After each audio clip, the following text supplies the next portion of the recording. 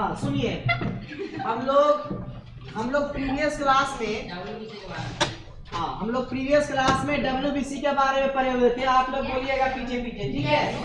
जब हम आप लोग से पूछे तो आप लोग बोलिएगा। हम लोग प्रीवियस क्लास में WBC के बारे में पढ़े हुए थे। WBC का पूरा नाम क्या होता है? WBC का अदर नेम ल्यूकोसाइट होता है। WBC का लाइफ स्पेन कितना होता है? 20 से 25 दिन। 20 से 25 दिन तक WBC जिंदा रहता है, उसके बाद मर जाता है। जैसे RBC 120 दिन तक जिंदा रहता है, उसके बाद RBC को कहाँ ले जाया जाता है? स्प्लीन में। इसी प्रकार WBC को कहीं ले नहीं जाएंगे। WBC मर जाता है, उसका life span is 20 to 25 days. Okay, उसके बाद हम लोग पढ़े हुए थे कि WBC का काम क्या होता है? WBC हमें डिजीज से बचाता है। किससे बचाता है? डिजीज से।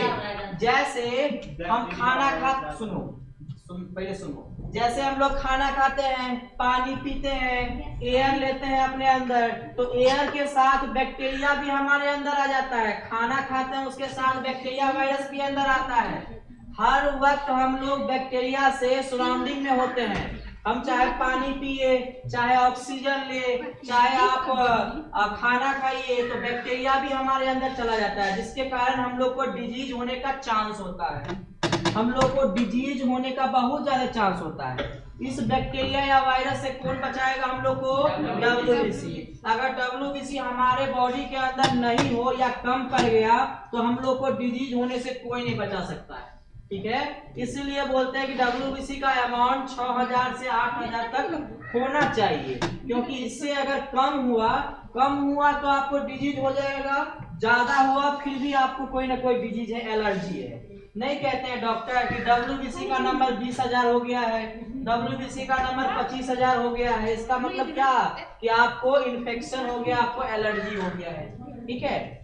कभी आप प्रिस्क्रिप्शन देखिएगा तो उस पर ये जो ब्लड टेस्ट हुआ रहता है तो उस पर लिखा रहता है RBC का काउंट कितना है, WBC का काउंट कितना है। अगर WBC बढ़ा हुआ है तो इसका मतलब है कि आपको इन्फेक्शन हो गया है। इन्फेक्शन कहने का मतलब आप में बैक्टीरिया या वायरस आ गया है, आपको कुछ कर रहा है। WBC का नंबर कैसे बढ़ सकता है बताओ? अरे कोई अदर ऑर्गेनिज्म, बैक्टीरिया, वायरस हमारे बॉडी के अंदर आएगा तो उसको मारने के लिए WBC अपना नंबर बढ़ाएगा ना। कोई आतंकवादी आता है अपने देश में तो अपना सोल्जर जो सैनिक होता है वो बहुत ज्यादा अमाउंट में उसको मारने जाता है कि नहीं? कि 4-5 मारने जाता है उसको। 4-5 मारने जाएगा तो हम लोग बचो करेंगे? नहीं बचेंगे, फुल मार के आ जाएगा बेचारा। तो इसके लिए भारी अमाउंट में जाएगा। तो सैनिक का नंबर क्यों बढ़ा बताओ? आतंकवादी के बढ़ने से। इसी प्रकार हमारे अंदर बैक्टीरिया वायरस आने की वजह से हमारा WBC का सेल जो होता है वो बढ़ जाता है। अगर WBC का सेल बढ़ा हुआ है तो इसका मतलब हमारे बॉडी में बैक्टीरिया और वायरस आ गया, हम लोग को बीमारी या डिजीज कॉज करने के लिए। हम लोग कैसे पता चलता है? सिम्टम से, लक्षण से।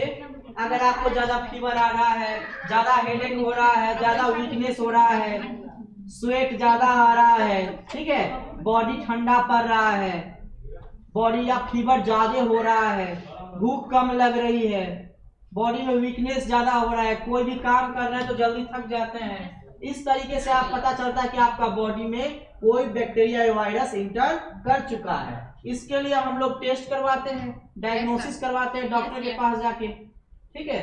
डॉक्टर के पास जाके ब्लड टेस्ट करवाते हैं, ठीक है? जिसको लीवर में दिक्कत होता है लीवर टेस्ट करवाता है, जिस टाइप का प्रॉब्लम होता है वो करवाता है, ब्रेन में दिक्कत होता है MRI करवाता है, CT स्कैन करवाता है पूरे बॉडी का। नाम सुने होंगे आप लोग।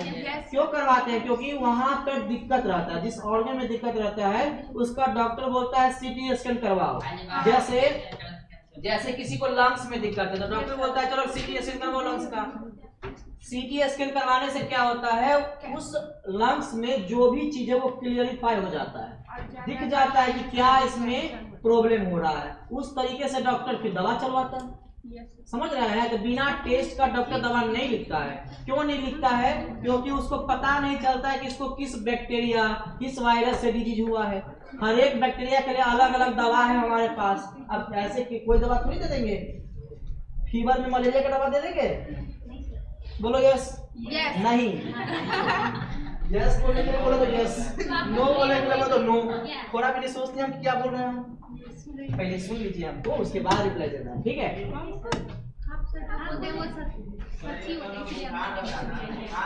आइए महानुभाव सब, कहाँ थे आप लोग?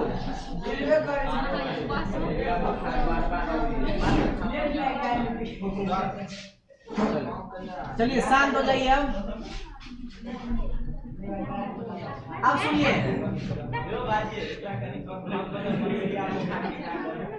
विजय कुमार, कोनो दिक्कत, कोनो क्वेश्चन है तो पूछ लो, ठीक है। चलिए WBC का नंबर बढ़ रहा है, इसका मतलब हमारे बॉडी में बैक्टीरिया वायरस पहुंच चुका है, ठीक है, इतना बात आपको पता है। हाँ, WBC का नंबर अगर घट रहा है फिर भी आपको कोनो डिजीज हो जाएगा, क्योंकि उससे लड़ने के लिए हमारे पास कोई चीज है नहीं। WBC हमको बचाएगा। अगर WBC का ही नंबर कम हो जाएगा तो हम लोग को डिजीज से कौन बचाएगा? कोई नहीं बचाएगा। WBC एकमात्र ऐसा है सेल है जो हम लोग को डिजीज से बचाता है, ठीक है। WBC का दो टाइप होता है आपका, एक होता है ग्रेनुलोसाइट, एक होता है ग्रेनुलोसाइट। ग्रेनुलोसाइट क्या होता है? ऐसा सेल जिसके पास ग्रेन्यूल्स हो, क्या हो? ग्रेन्यूल्स, दाना दाना स्ट्रक्चर हो, उसको क्या बोलेंगे? ग्रेनुलोसाइट। क्या बोलेंगे? हाँ। और ऐसा WBC, ऐसा WBC जिसके पास ग्रेन्यूल्स या दाना टाइप का स्ट्रक्चर नहीं हो, इसको क्या बोलेंगे? ग्रेनुलोसाइट बोलेंगे। क्या बोलेंगे? ग्रेनुलोसाइट बोलेंगे, ठीक है। अब बताइए ग्रेनुलोसाइट में कौन कौन सा सेल आता है? न्यूट्रोफिल आता है, पहला बोलो न्यूट्रोफिल, दूसरा होता है बेसोफिल, तीसरा होता है एस्नोफिल, ठीक है। इसको बोलते हैं एस्नोफिलिया। जब एस्नोफिल का नंबर बढ़ जाता है तो उसको बोलते हैं एस्नोफिलिया। नहीं बोलते हैं कि ज्यादा जैसे आप लोग को सर्दी हो जाता है तो बोलते हैं एस्नोफिलिया हो गया इसको। एस्नोफिल का नंबर बढ़ जाना इसका मतलब एलर्जी हो जाना। आपको सुनिए, आपको अगर डस्ट से, धूल से, आपको सनलाइट से, आपको ठंडा से, आपको गर्मी से, किसी चीज से किसी को एलर्जी होता है। ज्यादा ठंडा हो गया उससे भी उसको एलर्जी होगा, ज्यादा डस्ट वाला इलाका है उससे भी एलर्जी होता है किसी किसी को, धूल से जाते ही स्नीजिंग होने लगता है, छींक होने लगता है, ठीक है। तो ऐसा एलर्जी के कारण होता है। ये कब होता है? जब आपका एसिनोफिल का नंबर जो है वो बढ़ जाता है, इससे आपको एलर्जी होता है, ठीक है। कोई भी चीज का एलर्जी हो जाता है। अब वो फिक्स नहीं है कि किस चीज का एलर्जी आपको होगा ही, वो आपके बॉडी पर डिपेंड करता है किस चीज का एलर्जी आपको हो गया है। उस चीज से बोलेगा डॉक्टर की उस चीज से आप बचे रहिए। जैसे आपको धूल कल से एलर्जी है तो बोलेगा मास्क पहन के जाओ। जैसे आपको ठंडा से एलर्जी है तो बोलेगा धूप में बैठो, धूप में नहीं बैठो तो हीटर के पास बैठो। ज्यादा ठंड, हाँ, ज्यादा ठंडा में नहीं निकलो कहीं, ऐसा बोलेगा, समझ रहे हैं। ज्यादा अगर सनलाइट से एलर्जी है, सन के मान लो धूप से एलर्जी तो बोलेगा गोगल्स पहन लो, चश्मा पहन लो, ठीक है, या तो ड्रॉप ले लो, समझ रहे हैं। तो एलर्जी होता है, उस चीज का कोई ट्रीटमेंट नहीं होता है, वो आपको कभी ठीक नहीं हो सकता है। एलर्जी कभी नहीं ठीक होता है, हाँ, ऐसा परमानेंट कभी नहीं ठीक होता है वो। नहीं वो उससे मरता नहीं है, कोई नहीं मरता है। उससे आप बचाव कर सकते हैं, प्रिवेंशन कर सकते हैं। कैसे? सन के मतलब अगर आप एक्सपोज में जाते हैं, अगर सन है बहुत ज्यादा, अगर मतलब ये धूप है तो आप चश्मा पहन लीजिए, तब आपको कुछ नहीं होगा, ठीक है। या तो उससे भी नहीं आपको होता है तो ड्रॉप लेना पड़ेगा। फिर अब क्या होता है, ठंडा सीजन में आप नहीं निकलिए ज्यादा बाहर तो ठंडा नहीं लगेगा आपको ज्यादा, ठीक है। उसके बाद क्या होता है, ज्यादा डस्ट वाला इलाका में नहीं निकलिए, मास्क पहन के निकलिए, निकलते भी है तो उससे एलर्जी से बचे रहेंगे, लेकिन एलर्जी पूरे तरीके से ठीक नहीं होगा, ठीक है। ये घटता बढ़ता रहता है, थोड़ा ज्यादा होता रहता है, कम होता रहता है, लेकिन पूरी तरीके से ठीक नहीं होता है। देखोगे कभी अगर किसी को डस्ट से एलर्जी है तो देखोगे जब तक डस्ट नहीं होता तब तक उसको कुछ इफेक्ट नहीं पहुंचता, लेकिन जैसे ही धूल कण ज्यादा होता है तो ऐसे मास्क के जैसे मास्क पहनने लगता है, या उस इलाका में जमे नहीं करेगा वो, ऐसा होता है। कभी कभी बोलता है बहुत ही ऐसा हो रहा है हमको, नहीं, तो ऐसा एलर्जी के कारण होता है, ठीक। उसके बाद हम पढ़े हुए थे बेसोफिल के बारे में। तो बेसोफिल के बारे में सिर्फ परसेंटेज हम लोग देखे हुए थे और कुछ नहीं देखे हुए थे। उसके बाद पढ़े लिम्फोसाइट, मोनोसाइट, ठीक है। सबका हम लोग एक एक करके परसेंटेज देखे थे। न्यूट्रोफिल का परसेंटेज देखे थे, इओसिनोफिल का परसेंटेज देखे थे, बेसोफिल का परसेंटेज देखे थे, मोनोसाइट का परसेंटेज देखे थे, लिम्फोसाइट का परसेंटेज देखे थे, ऐसा परसेंटेज देखे हुए थे। तो यहाँ बात आती है कि सर परसेंटेज या मान लीजिए हम परसेंटेज भूल गए तो हम कैसे याद रखें किसका ज्यादा होगा, उससे कम किसका होगा, उससे कम किसका होगा, उससे कम किसका होगा। किसी को परसेंटेज अगर याद नहीं रहता, मान लो मैथ में बहुत वीक है सर, याद नहीं रहता है, इसलिए तो बायोलॉजी ले लिए हैं। Yes sir. ठीक है, मैथ से पीछा छुड़ाने के लिए बायोलॉजी लेता है लोग। मैथ से थोड़ा ज्यादा मैथ से पीछा छुड़ाने के लिए लोग बायोलॉजी ले लेता है। अब बोलता है कि नहीं हमको डॉक्टर बनना है, नहीं दूसरे वाले बोलेगा हमको डॉक्टर बनना है, जबकि तुमको मैथ से तुम पीछा छुड़ाने के लिए बायोलॉजी लिया। Yes sir. है उस पर कोई बात नहीं, हम भी बायोलॉजी टीचर इसीलिए हम कोई कमेंट नहीं करना चाहेंगे इसमें। ठीक है, सुनिए हम लोग कैसे याद रखेंगे, सुनिए हम बताते हैं कैसे आप याद रखेंगे किसका से किसका नंबर ऑफ परसेंटेज ज्यादा है। आप लोग फिजिक्स में एक चैप्टर पढ़ते होंगे NLM, Newton's law of motion. हाँ, इसी को देखते हुए हम बहुत बेकार सा ट्रिक बनाए हैं, उसको आप लोग सुनेंगे और आपके फिजिक्स के टीचर सुनेंगे तो और ज्यादा सोचने लगे कि कैसा ट्रिक बना दिया ये। एक हम बनाए हैं NLMEB। एनएलएम आप पढ़े होंगे न्यूटन्स लॉ ऑफ मोशन, जिसमें आपको फर्स्ट लॉ पढ़ाया जाता है, सेकंड लॉ पढ़ाया जाता है, थर्ड लॉ पढ़ाया जाता है। हम इसको ऐसे बनाए कि ये न्यूट्रोफिल है, लिम्फोसाइट है, मोनोसाइट है, एओसिनोफिल और बेसोफिल है। इसको हम ऐसे बनाए कि एनएलएम एक बेकार चैप्टर है, ऐसा फिजिक्स के लिए हम बोले हैं, ऐसा हम है नहीं, हम बनाए हैं। बहुत सारे स्टूडेंट को क्या एनएलएम अच्छा नहीं लगता है, इसीलिए हम सोचे कि थोड़ा एनएलएम पे कुछ बनाते हैं जिससे बायोलॉजी में भी फायदा हो जाए और इसमें भी फायदा हो जाए। तो अरे सुनो, एनएलएम एक बेकार चैप्टर है, मतलब एन से क्या हो जाएगा, न्यूट्रोफिल हो जाएगा, सबसे ज्यादा न्यूट्रोफिल होता है, उसके बाद लिम्फोसाइट होता है इससे कम, उसके बाद होता है मोनोसाइट, उसके बाद होता है इओसिनोफिल और सबसे कम होता है आपका बेसोफिल। तो आप इसको ऐसे याद रख सकते हैं न्यूट्रोफिल, इसको याद रखने के लिए डब्ल्यूबीसी का कि एनएलएम एक बेकार चैप्टर है। एन मतलब होता है न्यूट्रोफिल, एल मतलब होता है लिम्फोसाइट, एम मतलब होता है मोनोसाइट, ई मतलब होता है इओसिनोफिल और बी मतलब होता है बेसोफिल। आप हाँ, तो इसको याद रखने में आपको थोड़ा भी मुझे लगता है दिक्कत नहीं होनी चाहिए।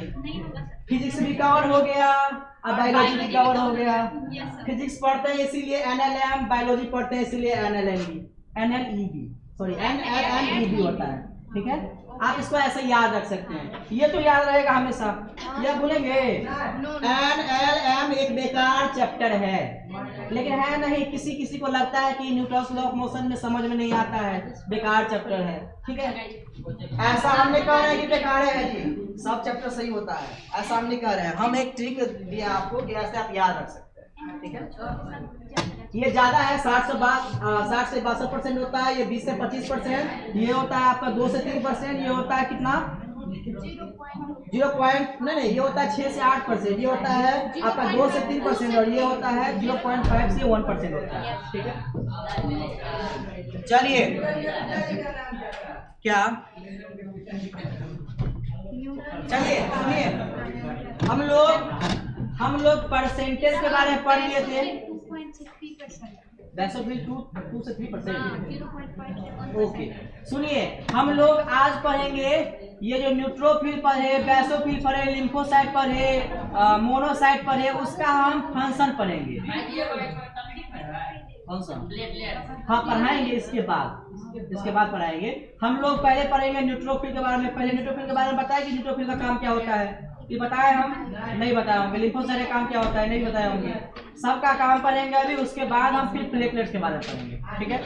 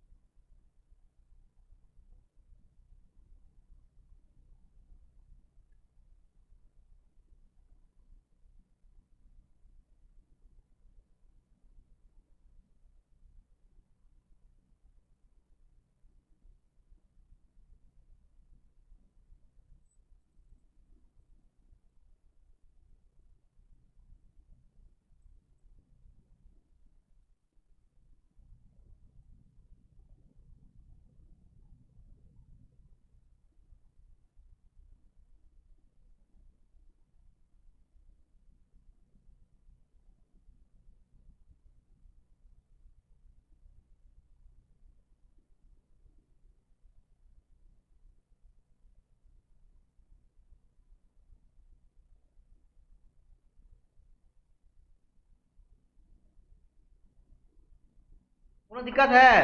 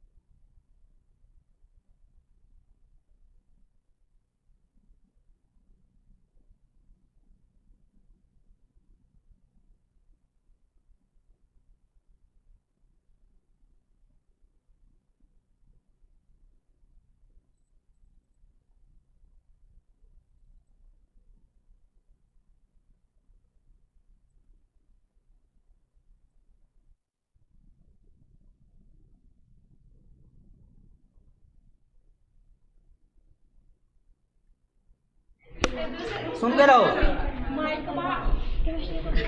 अब सुनते रहिए। हम लोग प्रीवियस क्लास में WBC के बारे में सुनते रहिए। हम लोग प्रीवियस क्लास में WBC के बारे में जनरल इंस्ट्रक्शन पढ़े हुए थे। जनरल इंस्ट्रक्शन में हम लोग ये पढ़े हुए थे उसका लाइफ स्पेन क्या होता है, नंबर ऑफ WBC पर मिलीमीटर क्यूब ब्लड में कितना होता है, उसके बाद WBC का टाइप्स कितना होता है। आज हम पढ़ेंगे, आज हम पढ़ेंगे कंपोनेंट्स ऑफ WBC में उसका फंक्शन क्या होता है। सबसे पहले बात, WBC का कंपोनेंट होता है न्यूट्रोफिल, इओसिनोफिल, बेसोफिल, मोनोसाइट और लिम्फोसाइट होता है। ये तो मालूम है।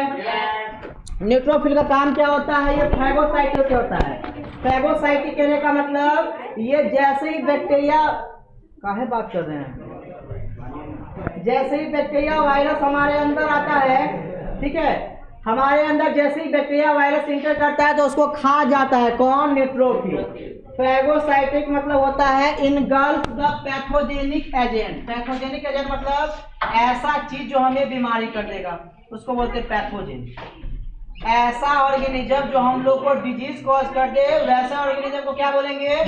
पैथोजेन बोलेंगे। सब बोलो पैथोजेन। पैथोजेन क्या होता है? ऐसा ऑर्गेनिज्म जो हम लोग को डिजीज कॉज कर दे, उसको क्या बोलेंगे? पैथोजेन। तो जो भी डिजीज कॉज करने वाला ऑर्गेनिज्म है, चाहे बैक्टीरिया हो या वायरस, उसको कौन खा जाएगा?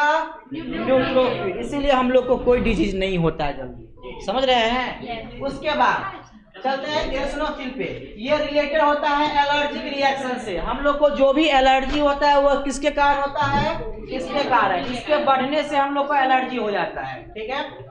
बेसोफिल के बारे में देखिए, it secrets 3 types of substances. Basophil ऐसा सेल होता है जो 3 टाइप का सब्सटेंस निकालता है। पहला होता है हेपारिन, दूसरा होता है हिस्टामिन, तीसरा होता है सेरोटोनिन। हेपारिन का काम क्या होता है? ये एंटीकोवलेंट होता है। एंटीकोवलेंट कहने का मतलब हमारे बॉडी के अंदर जो क्लोट बन गया है उसको बाहर निकाल देगा, उसको जमने नहीं देगा। हमारे ब्लड को बॉडी के अंदर कौन नहीं जमने देता है? हेपारिन। और हमारे ब्लड को बाहर कौन जमाता है? प्लेटलेट्स। दोनों में डिफरेंस नजर आया? जब हम लोग को कोई कट लगता है तब हमारा ब्लड लॉस होते होते बच जाता है ना, वहां थक्का जम जाता है, ब्लड का जम जाता है वो, तो वो किसके कारण जमता है? प्लेटलेट के कारण। और हमारे ब्लड जो अंदर में होता है उसको जमने कौन नहीं देता है? ये हेपारिन। ये हेपारिन हमारे ब्लड को अंदर में क्लॉट नहीं होने देता है। आपको बताए थे हम, सुनो, आपको बताए थे कि जब हमारे बॉडी के अंदर ब्लड क्लॉटिंग होगा तो हम लोग को बहुत प्रॉब्लम होगा। पहला प्रॉब्लम, हमारा जिस पार्ट में ब्लड क्लॉट करेगा, ब्लड जम जाएगा, वो वाला पार्ट ठंडा पड़ जाएगा। दूसरी बात, वो काला पड़ जाएगा, कोई काम नहीं होगा, पैरालिसिस हो जाएगा वहाँ। ठीक है। तो ब्लड अंदर में क्लॉट नहीं करना चाहिए। ब्लड बाहर में क्लॉट कर रहा है तो ठीक है, क्योंकि ब्लड लॉस होने से बचा रहा है, लेकिन ब्लड अंदर में क्लॉट नहीं होना चाहिए। ठीक। उसके बाद देखो, हिस्टामिन है। हिस्टामिन क्या होता है? ऐसा सब्सटेंस जो ब्लड वेसल को एक्सपेंड कर देता है। हल्ला मत कीजिए। हिस्टामिन ऐसे सब्सटेंस को कहते हैं जो हमारे ब्लड वेसल को एक्सपेंड कर देता है, मतलब फैला देता है। ऐसे सब्सटेंस को बोलेंगे हिस्टामिन। ब्लड वेसल को जो फैलाता है उसको बोलते हैं वैसोडाइलेटर। क्या बोलते हैं? वैसोडाइलेटर। देखिए, पहले हमारा ब्लड वेसल ऐसा था, सुनते रहिए। हिस्टामिन के निकलने से हमारा ब्लड वेसल कैसा हो गया? देखो, थोड़ा एक्सपेंड हो गया। इसी को बोलते हैं कि ये वैसोडाइलेटर हो गया। ठीक है। ब्लड वेसल को थोड़ा फैला दिया, जिसके चलते हमारा बीपी क्या हो जाएगा? बढ़ जाएगा। ठीक। उसके बाद सेरोटोनिन। ये सब्सटेंस क्या होता है? वैसोकंस्ट्रिक्टर होता है। ये ब्लड वेसल को चिपका देता है, मतलब इसको थोड़ा और पास ला देता है। पास लाने से क्या होगा? ब्लड जाने में दिक्कत होगा। ठीक है। तो या ब्लड प्रेशर जो होता है वो लो हो जाता है। ठीक। उसके बाद हम लोग पढ़ते हैं मोनोसाइट के बारे में। मोनोसाइट भी फैगोसाइटिक होता है। इसके जैसे न्यूट्रोफिल क्या करता है? बैक्टीरिया वायरस को खा जाता है, ऐसे ही मोनोसाइट क्या होता है? ये भी बैक्टीरिया वायरस को खा जाता है। ठीक। लिम्फोसाइट, इसमें 2 टाइप के सेल आते हैं, टी सेल और बी सेल। टी सेल और बी सेल का काम होता है हमें इम्यूनिटी को स्ट्रॉन्ग करना। इम्यूनिटी करने का मतलब प्रतिरक्षा प्रणाली जो हमारा होता है, जो हमें डिजीज से बचाता है, उसको स्ट्रॉन्ग करना। ठीक है।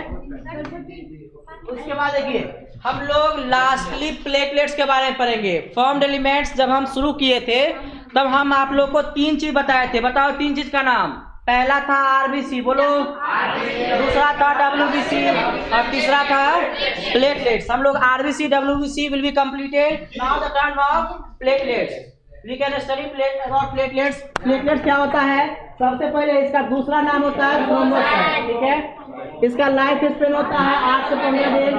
1 मिलीमीटर क्यूब ऑफ ब्लड में कितना प्रेशर होता है? 1,50,000 से 3,50,000, ठीक है। Function of platelets, clotting of blood, blood को क्लॉट करवाएगा कौन? प्लेटलेट्स। बाहर में क्लॉट करवाएगा, अंदर में नहीं। अंदर में कौन करवाता है? सॉरी, अंदर में क्लॉट होने से कौन बचाता है? हेपारिन बचाता है। शेप क्या होता है प्लेटलेट्स का? स्टार शेप, स्टार शेप की तरह दिखेगा। फिर फॉर्मेशन, प्लेटलेट्स कैसे बनता है?